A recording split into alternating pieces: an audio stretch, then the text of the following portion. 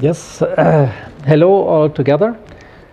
I'm very glad to be here, and my name is Christoph Balz. I'm the policy director of a German NGO called German Watch. I'm also one of the founding members of RGI, and this unique coalition between civil society and grid providers to make a 100% renewable energy grid possible in Europe. And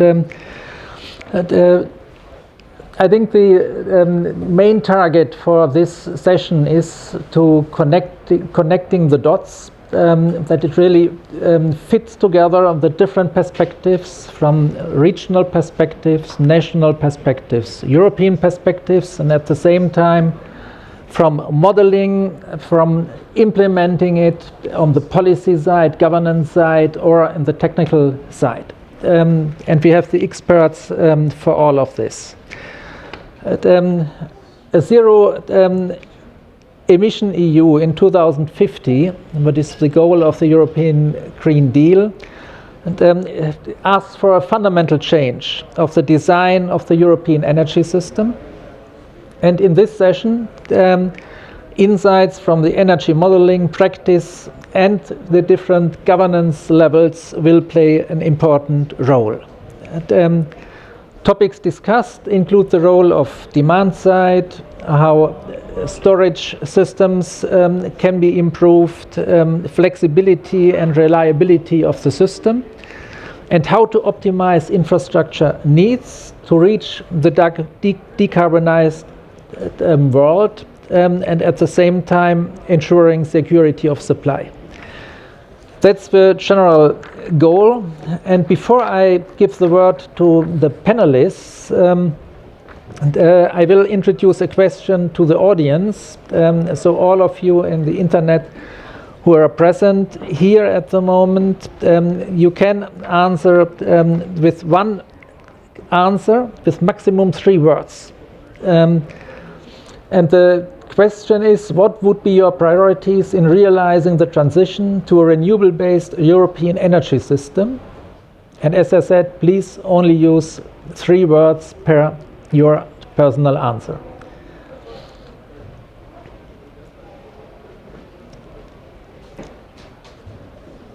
And we will see in a moment the answers coming here as a cloud.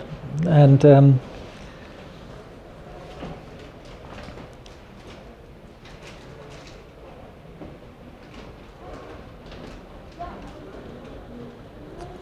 so I hope you find all the Slido.com site and bring in your answer, that we soon can see the cloud here.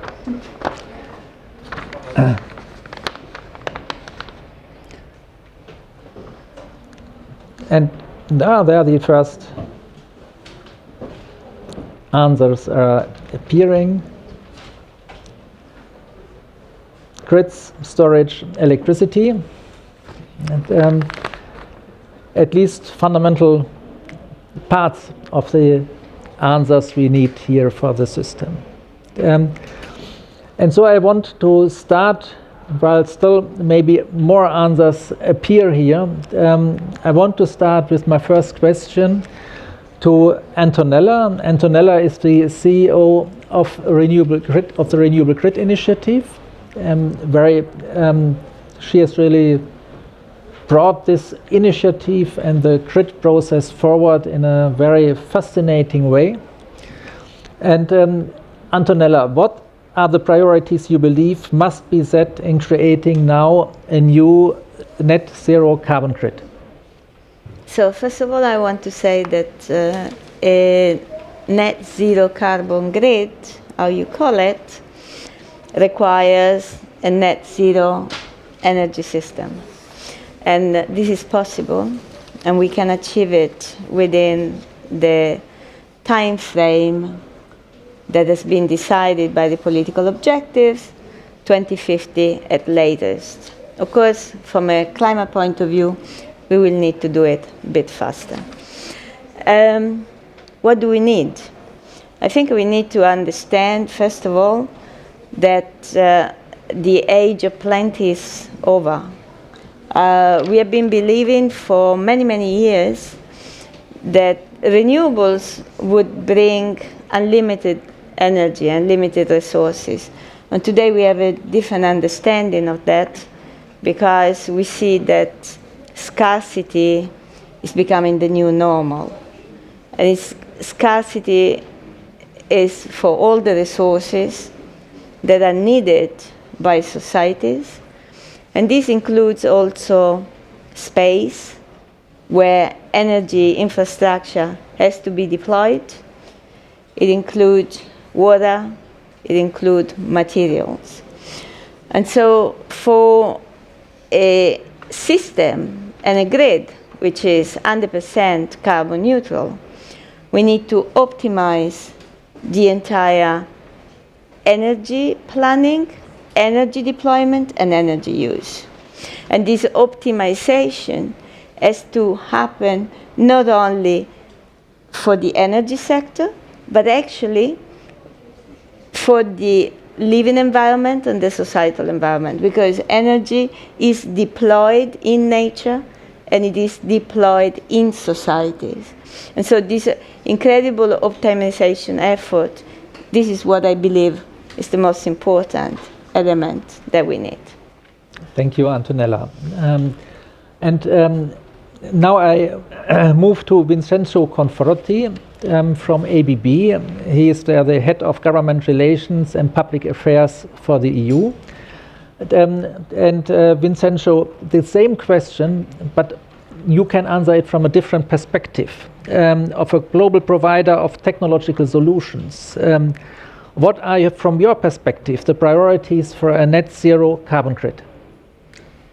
Thank you, Christoph, and also thank you to the EU Pavilion for hosting us this evening. I will give you the three words, which is what you also asked Slido. I think there are three things that we need: digitalization to drive sustainability, energy efficiency to address exactly what Antonella was mentioning just a second ago about scarcity, resource scarcity, and the third element is reliability, because the energy system must be decarbonized as well as reliable for it to work. But let me start with digitalization. Why I say that digitalization will drive sustainability? Because data and analytics will empower grid operators and energy consumers to make the right decisions. And artificial intelligence will help us institutionalize such decisions, thus making it a seamless experience on a daily basis. We believe that smart energies and asset management will make entire factories, buildings, and cities more energy efficient, whilst also making them more productive, which also integrates in the sustainability. I mean, this is also the economic sustainability of this exercise. To give you a practical example, in 2019 we unveiled our first carbon neutral production site in Germany, Lüdenscheid. It's the Buschenjäger production site. And this has been achieved through the integration of solar, more than 3,500 square meters of solar, and the combination of our AI-based management system, which is called Optimax. And this integrated the management of battery energy storage, our charging infrastructure, heating and cooling, and generally it gives real-time information about energy demand, which allowed in turn the factory management to take the right decisions. And this is just one example, and of course we have to scale up these examples and make them tangible on a daily basis. The second fundamental driver is energy efficiency. Renewable electricity will become a precious resource. Therefore, we need to address its consumption.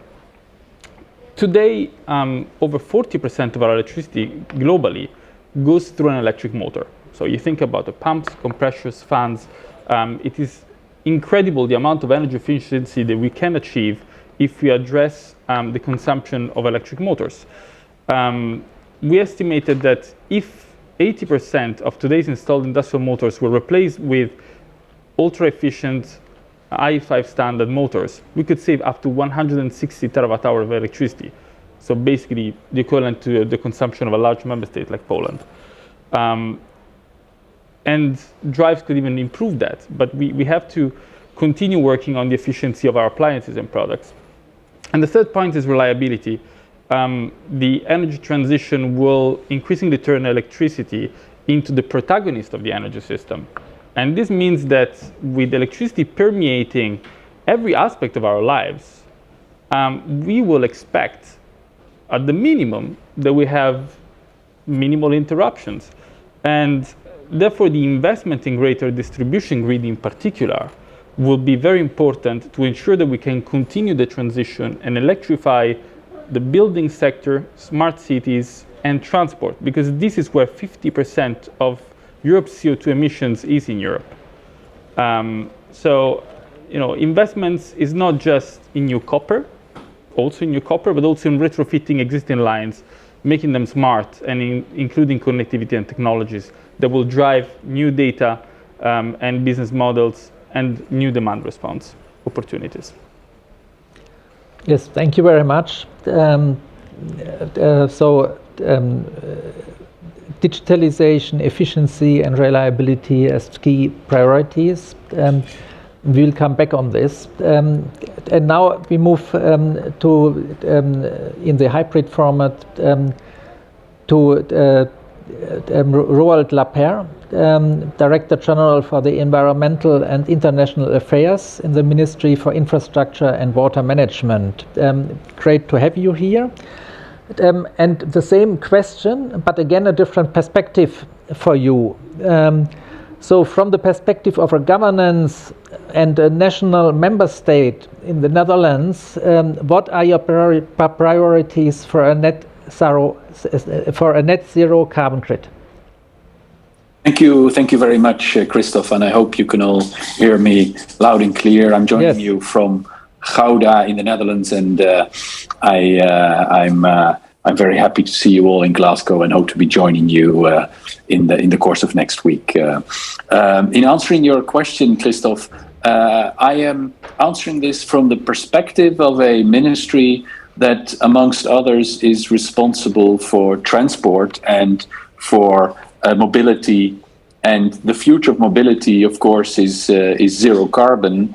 And why I would mention flexibility in answering your question is that one of our key priorities is to increase flexibility possibilities when it comes to smart grids. And I'm saying this because, of course, when we look at electric vehicles, we believe that this can be a very important part of the flexibility of required to establish smart grids. And of course, batteries can play a pivotal role in this, providing a fast and responsible flexibility at the short term. But at the local urban level, and I think I'd like to mention that example, batteries can be present as a neighborhood or a home battery, and they can be a very interesting potential source of electricity storage through the millions of electric vehicles we expect, of course, to be on the road, but also in the streets, and in many cases they'll be in the streets, not driving around for 90% of the time, and then they can support the energy system through vehicle-to-grid applications. And in the Netherlands, we have the first examples. For an example, in the city of Utrecht, as we say it, where a series of successful pilot projects have started. And their generated solar power is used to charge electric vehicles, and this is done through a smart and dynamic fast charging system, which we believe is very interesting. When the sun is abundantly available, like it is on the screen right behind me, wind energy is fully available, but also solar energy, of course. They can charge the vehicles, and then when there is less sun, less wind, the interesting thing is the vehicles can again feed the grid. So this is just an example how we could stimulate flexibility. And I think flexibility is indeed one of the priorities I would like to add to the ones that are already mentioned by earlier speakers. This in answering your first question, Christoph. Thank you, Roald. Thank you very much. And this point of flexibility, especially in combination with the car sector and the transport system, it's indeed very important. Also in the other sector, coupling fields necessary here. And now I want to come to Katharina Sikov-Magni. She is director in the European Commission in the DG Energy. Very welcome. And you have heard the different reflections of the three speakers so far on the role of governance and the role of what they think are the necessary key priorities if we move to a 100% net zero grid. What kind of regulatory policy signals would be needed to scale up the deployment of the necessary green solutions from your perspective? Many thanks, Christoph, and good afternoon, ladies and gentlemen. Very pleased to be here today with you, albeit virtually. So maybe I would want to react by raising 4 points. I think first of all, I think what the speakers mentioned are all very important, and I could easily say that I agree with all of those, and I could finish my intervention here. But then, indeed, first, what we have agreed in the EU is to be on the path to this decarbonized economy by 2050.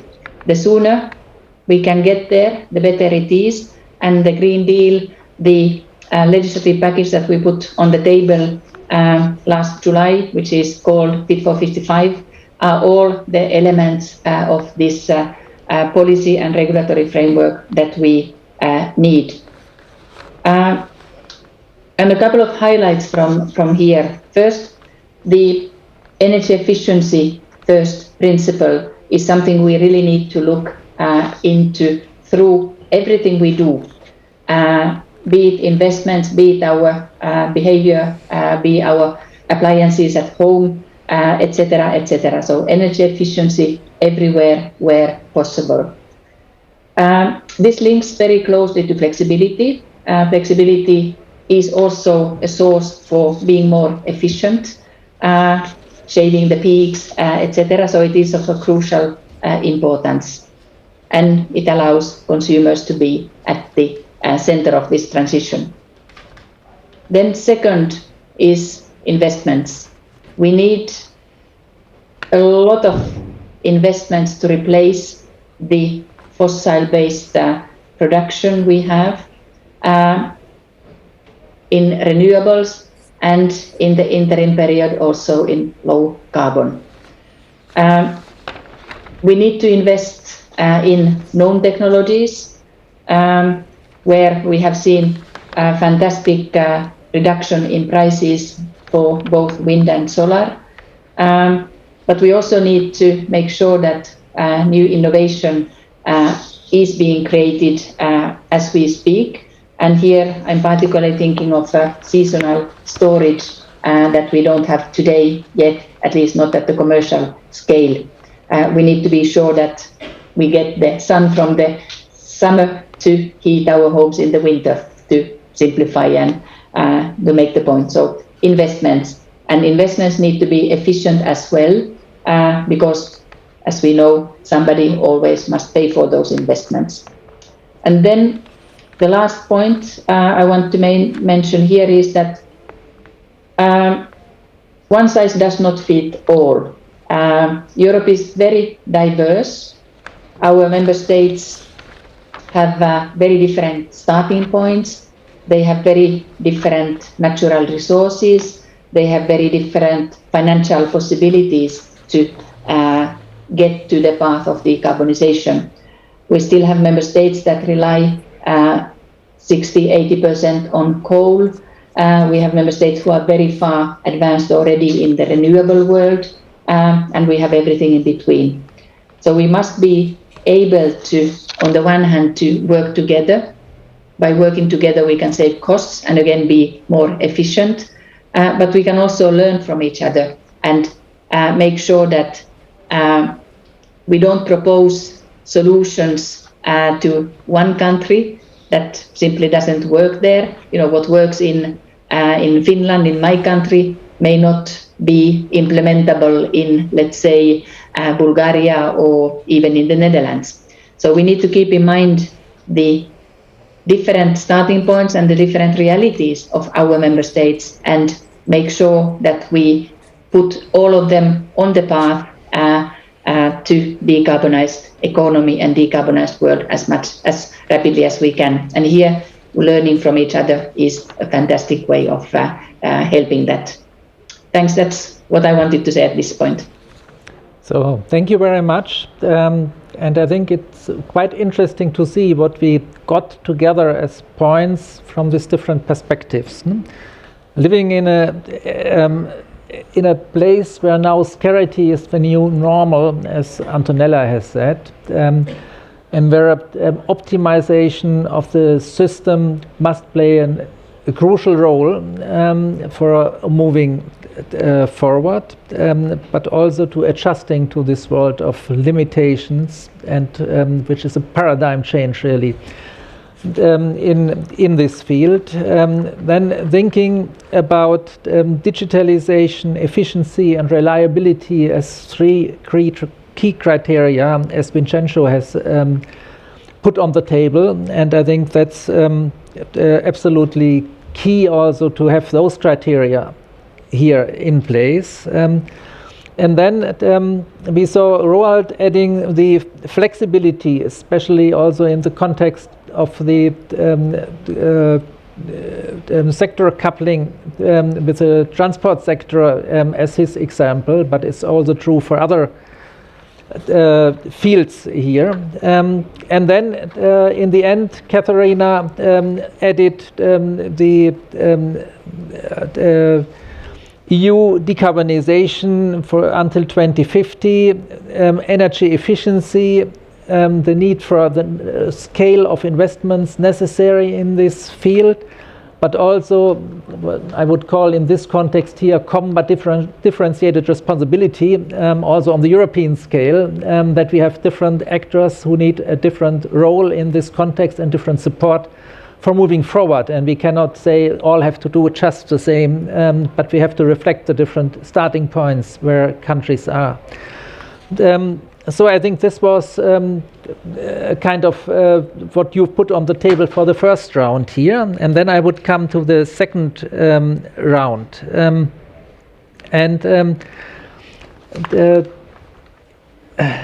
It's now I want to move directly to you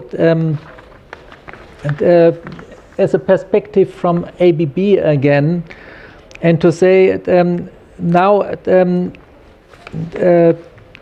what kind of policy signals would you like to see that you can play your role here in the for enhancing the development towards a zero carbon grid? What would be necessary from the governance perspective on the national and European side that you can play your role as you want to play it? Sure. Thank you, Christoph. I think the electricity market design that was adopted as part of the clean energy package has been instrumental already in integrating the role of consumers, the role of demand response, the role of decentralized generation in the regulatory framework. So that was a very important first step, I believe. It provides a robust EU framework for this solution and a non-discriminatory framework, which is now I think the first challenge would be for member states to implement it correctly. I think it's not something we should take for granted. I believe we also need a strong signal to drive investments in the capacity of our grid, especially again in the distribution grid.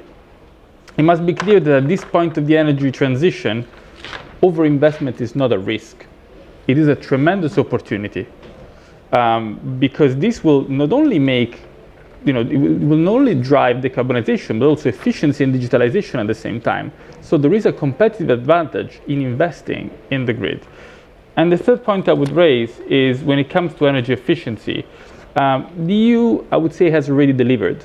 The product standards that come with the eco-design have been a tremendous example for a lot of other parts of the world. There's still work to be done. I believe green public procurement rules will be an important part of the strategy. I believe also the upcoming regulation on building performance will also be particularly important to integrate the buildings and the built environment into the grid and providing that flexibility that Roald was mentioning. And also, I would like to see a concrete application of the energy first principle, because this is fundamental to drive down energy consumption. Finally, maybe a last point on finance. The taxonomy of sustainable investments is also particularly important in the transition, as it aligns public and private investments and recognizes the role of the grid. I believe taxonomy should recognize in particular, because it's not there yet, the role that efficient electrical equipment plays in the delivery of a net zero energy system. So this would be my 3 points.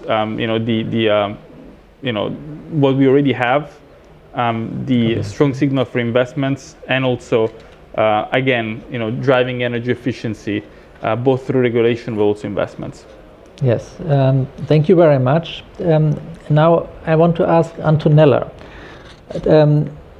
going into the intermediate results of the modeling work you have been doing together with Hitachi Energy, can you share any insights into how we can optimize the energy planning and grid planning in particular across Europe? Thank you. Before answering this question, I want to mention that actually there is much more to do in terms of efficiency, because we need to electrify everything we can, and electrification is the best way to reach very high efficiency gains. So it is also a way to optimize the entire energy system. I was surprised that no one mentioned electrification in the Slido. About the modeling work, I need to explain why we entered into this collaboration with Hitachi Energy. Last year, we moderated and coordinated a project called Paris Agreement Compliance Scenario, in which Climate Action Network and European Environmental Bureau have produced in a consultative mode among all the NGOs member, which is almost 200, a quantitative scenario for full decarbonization until 2040 with 100% renewables and without energy imports.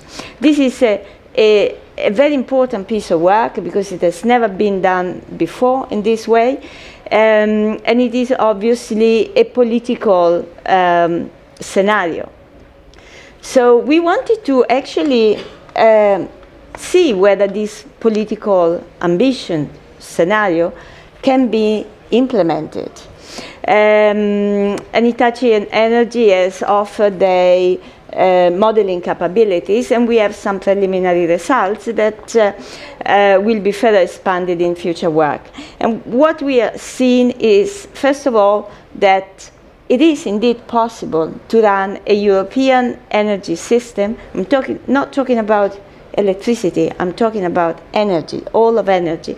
It is possible to run a system which is largely based on variable renewables. So we can have a huge amount of wind and solar without getting into troubles and into system unreliabilities. You mentioned the system has to be clear. The model that we are using together with Hitachi Energy is a very comprehensive optimization model that simulates investment paths and profiles or different loads on an hourly basis. So this is also quite a broad piece of work. It's a massive digital requirement.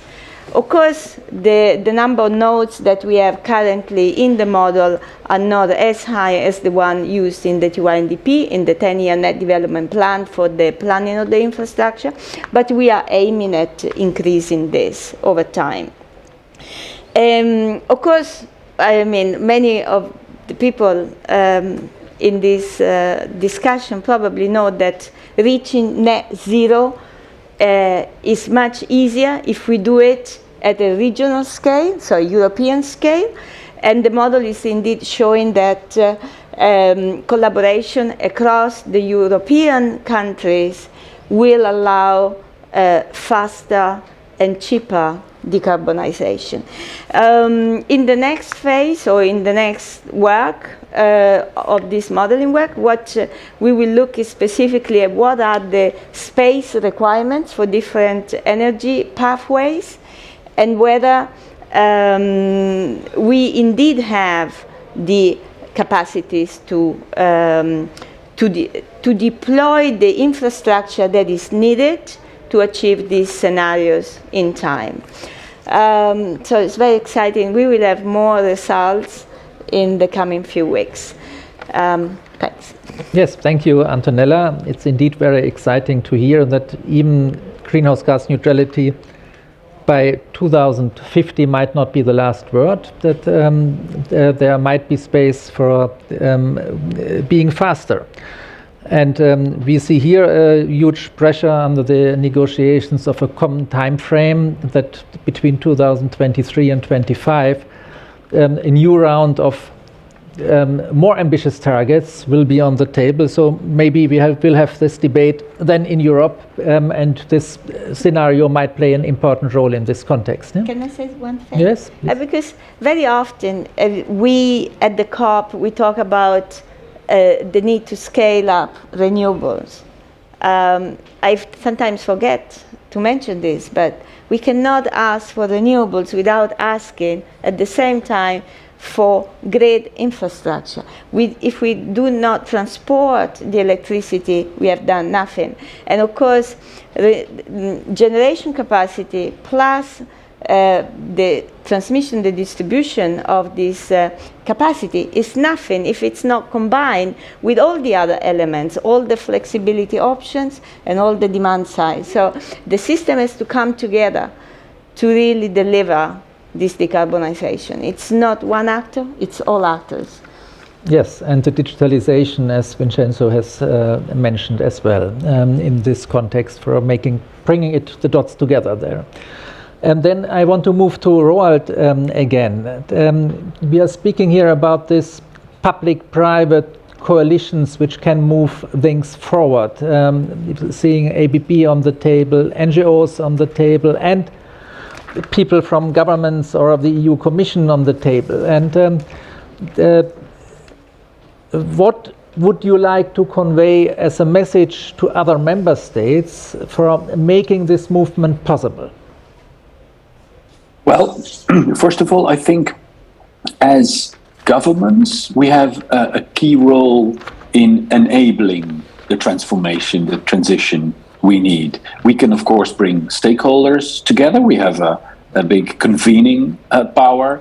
And here, of course, the triple helix of industry, government, as well as the research society working together is extremely important. As a government, we have several instruments. We can support initiatives financially. We can incentivize actors by setting targets. We can set regulations, of course. We can make a difference. But what I think is also important to mention, and I say this by personal experience, is that it is also important that different parts of government work together closely and interact actively with indeed those other participants in the transition, NGOs, research society, industry. And I think Katharina just I'm sorry, Antonella, you just referred to the importance of infrastructure. I would like to echo that. You refer to distribution, also storage infrastructure we believe is extremely important. And I referred to battery use in my earlier answering of your question. When it comes to battery, we have put forward a broad battery strategy, a national battery strategy. And I think my lesson from that is that when you draw that with different players from government, you get a much more comprehensive result than if you only look at this from the mobility perspective. Because battery is more than powering mobility. It can be used as storage. You need to ensure that that it can be recycled. So here, I think what I would like to finish with here is the fact that, and you asked me which message I wanted to convey. Here, I think the main message is make sure you don't approach this from a sectoral perspective, but really make it a comprehensive approach. Thank you very much. Katharina, you have heard now from the three perspectives quite concrete proposals, what is necessary from their perspective for making this change possible. RGI suggests that the security of supply and generation adequacy need to become a European responsibility instead of today's national approach. And ABB wants to see strong governmental and governance regulatory signals to drive investments in the capacity of the grid, especially in the distribution grid and demand-side response technologies. I hope that is well covered. And we also got from the Dutch Ministry of Infrastructure some suggestions what member states can do. What do you see now as the EC's role in realizing of working with these suggestions? Many thanks, and many thanks again to the co-panelists for giving a lot of food for thought. I start with the regulatory framework, and I was very glad to hear that the clean energy package already provides quite a lot of good incentives and a good framework for investments to be made, and that is important. And we have then complemented that with the Fit for 55 package, with the 12 legal proposals across many sectors, and including renewables, ETS, effort sharing, various transport proposals, energy efficiency, among others. We will complement that with the missing piece by the end of the year, which covers then, well, that's a short term because it covers molecules, so it's beyond electrification, in order to make sure that we have also renewable molecules in the system, and EPBD as well. So where EU has been less active, and that is of course because of subsidiarity, meaning that we should only take action at the EU level where this is the best and most efficient level. But it is true, of course, that the local level, distribution system operators, grids will be more and more important in this transition where we are rapidly moving. Production will be very much more decentralized. And we have recently also established an EU DSO entity as a starting point of also starting working very closely with the distribution level, with the local level, and with people. Then on the regulatory cooperation, or the not staying at the sectoral level, I couldn't agree more. We really need to come out from the silos, as they are often called, and look at the system. And again here, the Commission has worked on the energy system integration strategy, whereby we are not only looking at the energy system within itself, where there is already a lot to be further integrated, but we are also looking at all the sectors beyond energy where energy is consumed. So basically looking at the be it the transport sector or buildings and others. So we really need to start looking at all this in a holistical way, and it is not only for the fun of or for the sake of it, but also because it will lead to more efficiency and cost savings in going beyond sectoral approaches. And then lastly, I was very thrilled to hear Antonella describe the modeling work that you have been doing there, and it really sounds something that we need to explore very much in detail, and today is certainly there is not enough time to go into the details of it. When it comes to security of supply and adequacy, we already have some regulations in place whereby we look at these issues from a regional point of view. And for us, the region is smaller than the EU. It is northwest or southeast and such, whereby when a member state looks at the adequacy, looks at different scenarios and different risk scenarios, they must take into account the regional setting. And this is something which is required now by law. But what is important here to keep in mind is that as it is good to rely on your neighbor, because that will allow, again, more efficiency and saving a lot of investment costs. But you also must be sure that in case of a problem, you get your electricity, you get your heating to your home, to your population. And here the grid comes into play. The grid plays an important role, and we need to be sure that we have the necessary grid to optimize. And I will finish by, as a citizen, now not as an EU regulator, as a citizen, I would want to know that who would be responsible for my security of supply in case something goes wrong. Who is liable? We already have today obligations on transmission system operators who need to compensate if they cannot deliver electricity. Who would then be liable for this? And I come from a country where minus 20 degrees is normal in the winter, even in the southern parts of the country. So who is liable for keeping my houses warm? And these are the questions we need to answer before going any further in this respect. Many thanks. Mm-hmm. Thank you very much. Who is liable? And I think, as you have mentioned in the case of Portugal in the former answer, also is it affordable?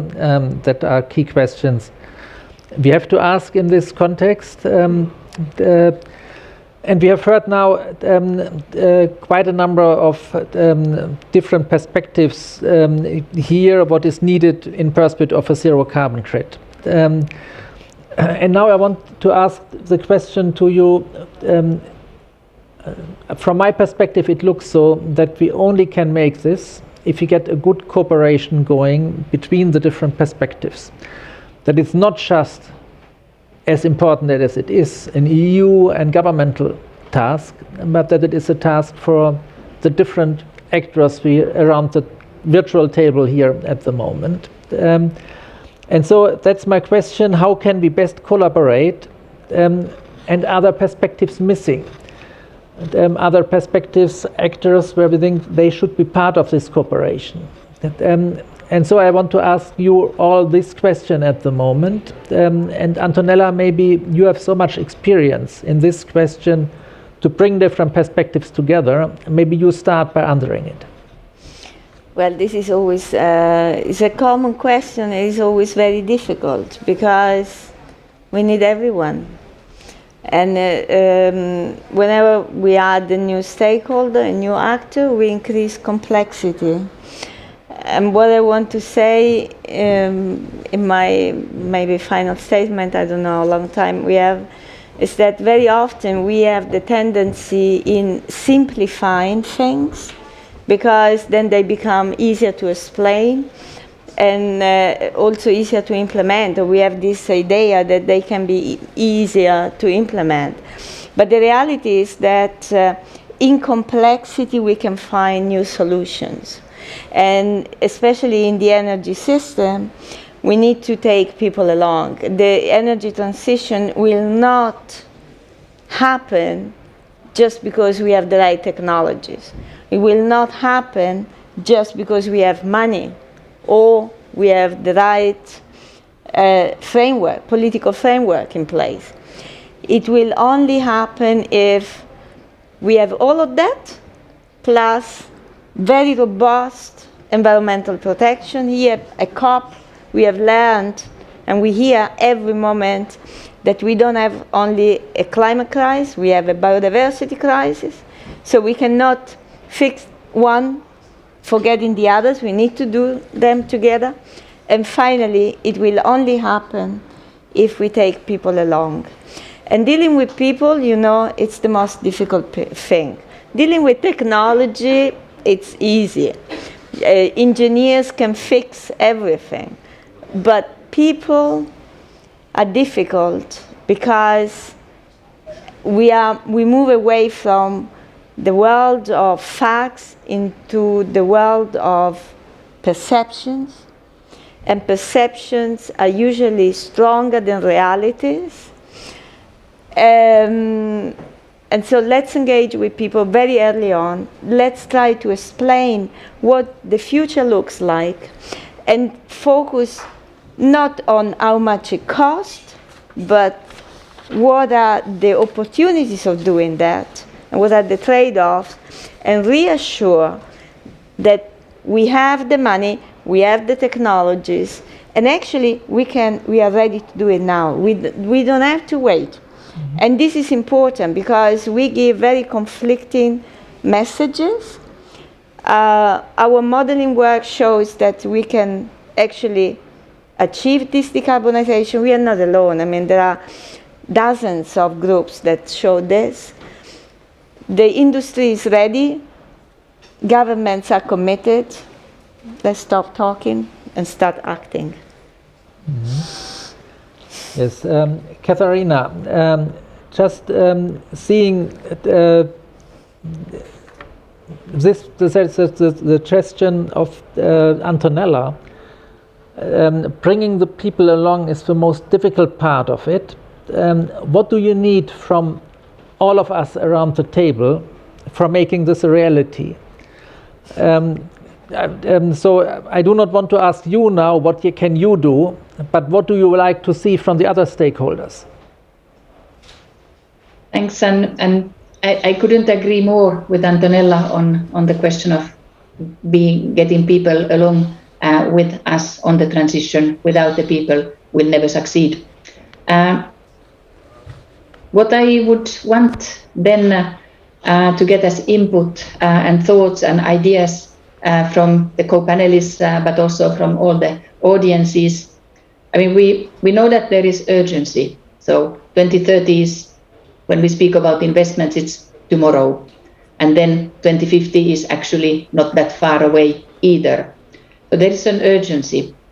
And we do need to implement what we are planning. We need to implement grids, we need to build renewables, we need to put solar panels on the roofs, we need to also build wind parks, and we need to have the grids to get that electricity. So what I would want to hear then as well is, how can we speed up, how can we facilitate?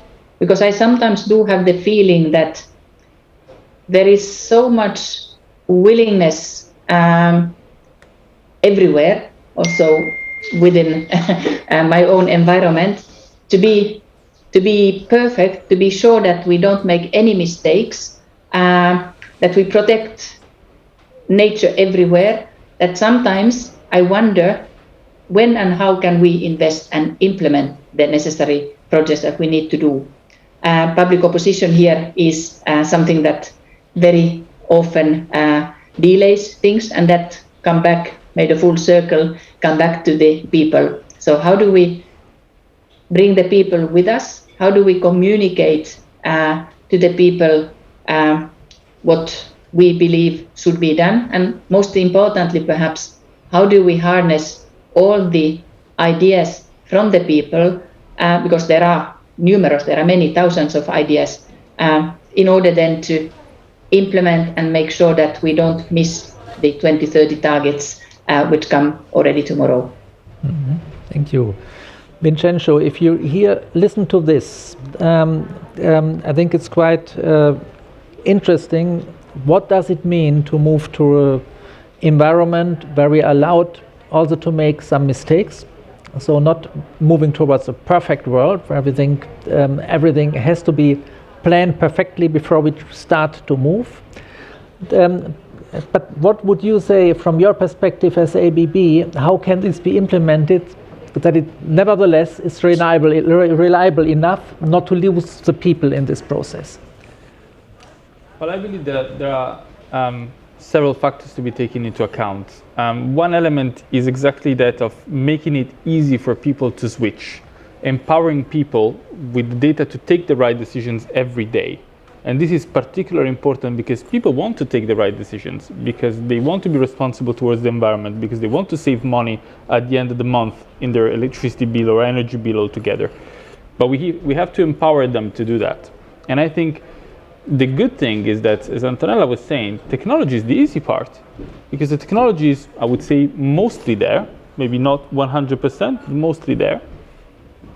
I think the element that is the most complicated one is the rollout. We need to roll out something that is complex and it has integrated, and it's a holistic approach. It's a holistic approach that we need.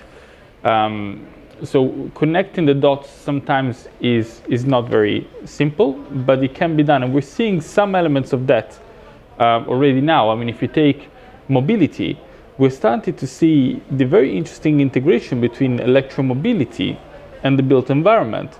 We're starting to see the integration between storage and fast charging for electric cars. We're starting to see the strength of the digital world, AI, in addressing industrial emissions. And then, I mean, let's not forget that, as you said, I mean, mistakes will be made. Investments sometimes will not lead to anything that is really important, but mistakes have to be made.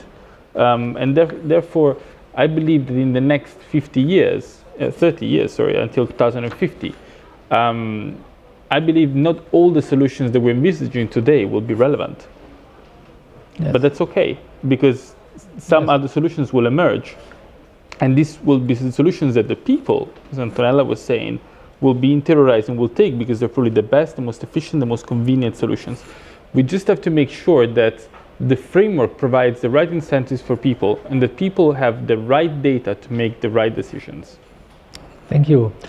Roald, if you listen to this suggestion, and especially was already the focus on connecting the electricity and the mobility system here, and you mentioned this also, this kind of flexibility you want to see there. What would be needed from this cooperation, from this collaboration of the different actors to make this flexibility happen and moving to the next step and phase? Well, I think probably the most important thing is to ensure that flexibility is supported, that there is a business case to offer flexibility. When we move towards an energy system that is weather dependent, that contains solar energy, that contains wind energy, we will have to stimulate the availability of storage. I like the way actually Sebastian also connected storage and fast charging, because we've seen very encouraging examples there indeed. But I think what is important is that we stimulate flexibility, and that this is being part of a model where those operators that offer flexibility are also able to financially make that go around, and this is also, I think, very important to achieve together. Thank you very much. And just a question here. I thought I would also now get some questions from the plenary. Is this happening that I... You only have 5 minutes. Yes, I know, but it's... but otherwise, we just move forward, and I'll ask the last question to all of you to come to a 1 minute final remark. And if you see where we are now, we get see a lot of pressure to move out until 2030 out of coal for all industrialized countries. That is one key challenge from the G20 process, and now even more from this COP process for all industrialized countries, emerging economies until 2040. But this is quite a challenge for Europe, as not all countries are ready for this. But if you think for such a scenario, what would be needed now in 1 minute as the key priority to move in this direction? And this time I want to start with you, Vincenzo. Well, I mean, coal phase out has been the elephant in the room for many years. We've been talking about decarbonization for at least, the good side of the last 12 years, and coal unfortunately is still there. I believe, what we need is, we start with carbon pricing as the basic building block. Carbon pricing is working. It will be working even better with the upcoming reform, but it's not enough. So we need to make sure that the system advantages the least carbon intensive sources, and for that, and then we need to look at the system holistically, and we need to think, how can we help the countries that are transitioning from coal towards other generation patterns. It's not easy to adopt it in Europe. I mean, when you look at the case of Poland, when you look at the case of Bulgaria, but even for Germany, there will be choice to be made. And this will entail, significant cost. This will entail significant transformation of the system. But I believe in the 2030 horizon, 2035 maybe horizon, we will have a lot of solutions. We will have alternatives. But I would go back to something that Antonella said. We need to be able to trust our neighbors. We cannot achieve that only in Germany or only in Poland or only in Bulgaria. We need to be able to Please look stick to 1 minute, just. There you go. Okay, sorry for this, but we have to come soon to an end. Katharina, listening to this challenge, in Germany we have seen a week ago that in the west of Germany they decided now to move out until 2030 out of coal.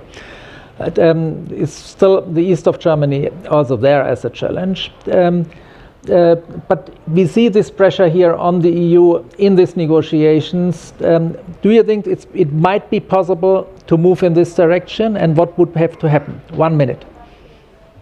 Thanks. I could address that through 3 words. So one is coming back to what we discussed a minute ago, people. So we need to get the people with us, and the people need to see that there is something good for them.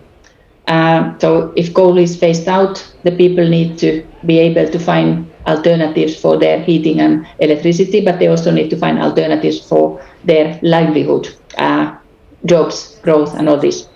Second, we need investments, and we need investments rapidly. And again, it's something we have discussed already in this session, so I don't need to go further into that.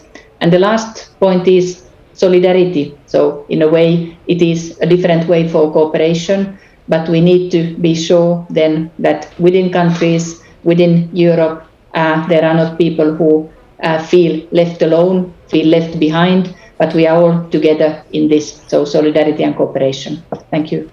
Yes, thank you very much. And now, Roald, from a Dutch perspective, do you think that might be an option to move in this direction, and what would it mean?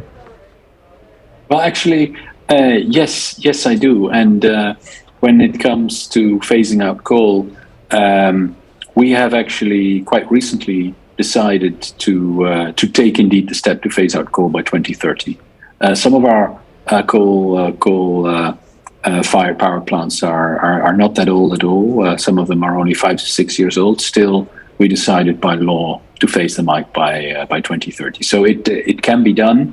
It's not easy. It's costly, but it can be done. But it's important enough to move to net carbon zero energy production to do so. So I hope that might be an inspiration for others as well.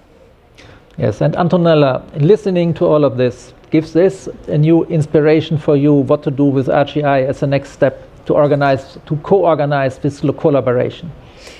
Well, pledges are very important because they give the direction, but they're worth nothing if they are not implemented. So we need to work on the ground, and phasing out coal, and in Germany phasing out nuclear, don't forget the complexity is even higher there, means building very fast renewables, wind, solar, at scale, including offshore, and a lot of grids. And what can RGI do? Can work on developing a pact, an agreement between the energy actors and the environmental community. Because we need to plan and deploy infrastructure and restoration measures, not for 2030, but all the way through to the end game. And very often we only look at the next steps and we lose the direction. If we don't plan to the end game, we may jeopardize the next step. So that's what I can do. Thank you very much. And I hope we can present next year here in the next COP this pact to move forward together in a cooperative way. And, thank you very much to all of you. And I think we got some very interesting perspectives how to move forward towards a net zero grid in maybe even faster than 2050 and maybe even faster with the coal phased out than many think at the moment. Thank you very much. Thank you. Thank you.